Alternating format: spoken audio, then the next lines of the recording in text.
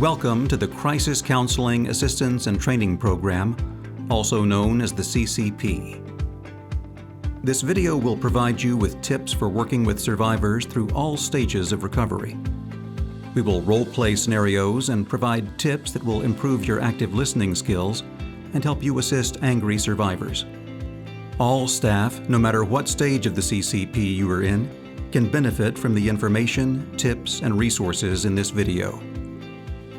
You can use the techniques and suggestions in the video anytime you want to improve or refresh your communication skills. The video can be accessed on your mobile device while you are providing outreach, or even after the program is ended and you want to brush up on your interpersonal communication skills. You may want to bookmark this web page for easy access. Active listening is a skill that is used during counseling sessions to help gather information from the participant. It relies on several techniques that can be practiced and help you during interactions with survivors. Some tips you may use include the following. Use open-ended questions. Restate survivor responses to clarify the meaning.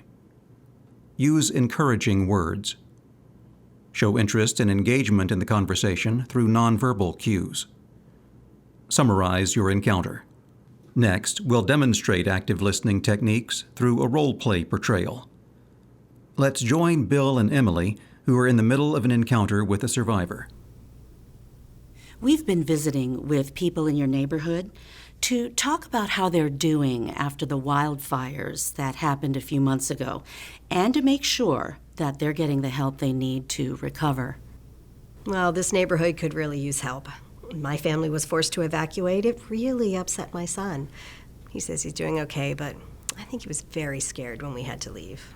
We have talked to many of your neighbors about their experiences and have worked to get several the help they need.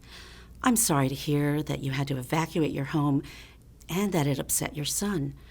What makes you think he's not okay? Well, he's been a little quieter lately, complains about going to school. He also hasn't been hanging out with his friends as much as usual. I understand. That must be hard to see. Does he talk about the wildfires and evacuating?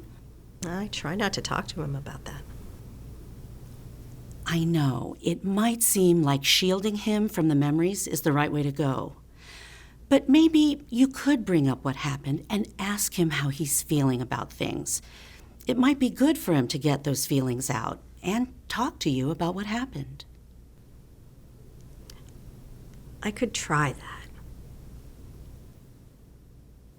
You may have noticed that Emily used a number of active listening techniques throughout the encounter.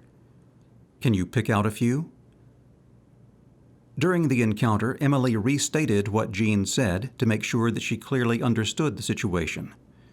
She used phrases like, "uh-huh," and "I understand," to prompt Jean to continue speaking. She also raised open-ended questions and used nonverbal cues, such as smiling, leaning in, and nodding to encourage Jean to talk. Let's continue our encounter with Jean. Now that we have a plan for helping your son, let's talk about anything else you may need. How are you doing? Well, if I'm going to be honest, I'm getting fed up with a lot of stuff. It's taking a really long time to get someone to call me back about my roof repair, and it still takes forever to get around. I understand how frustrating that can be. No, you don't understand. You don't live here. I hear what you're saying, and I've heard the same thing from other people. It can be very difficult waiting for resources to become available. The roof repairman can't get here for 2 more weeks, and that's just to give me an estimate. That's not even to start the repairs. I need to take time off work to meet him, and it takes forever to get around because of all the road closures. That's time off I just don't have. It just seems like no one is doing anything to help. I can understand that it feels that way when you're right in the middle of things. How about talking to other people who are going through the same thing? I just need to get my house fixed. If you want, I can give you the names of a few places to check out for home repair. Our team keeps a list of local resources that may be helpful to survivors. We also have a group that meets at the elementary school down the street every Wednesday evening at 8 p.m. We talk about different issues that are affecting the neighborhood, and people share updates and resources on the recovery process. Maybe one of your neighbors could share a good contractor. Sometimes talking and sharing tips with other people who are dealing with the same problems can be really helpful. Thank you. That probably would be helpful.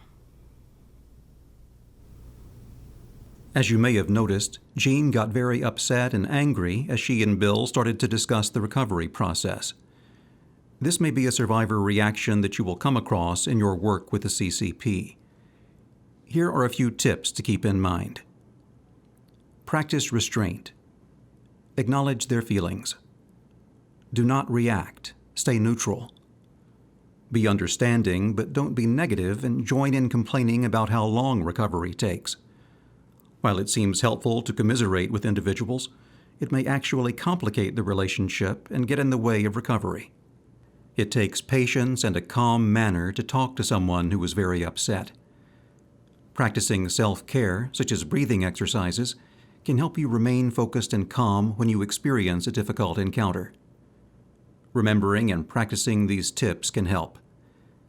There also may be times where the survivor is too angry for crisis counseling to be effective or safe. In those situations, you may need to leave and possibly return at another time.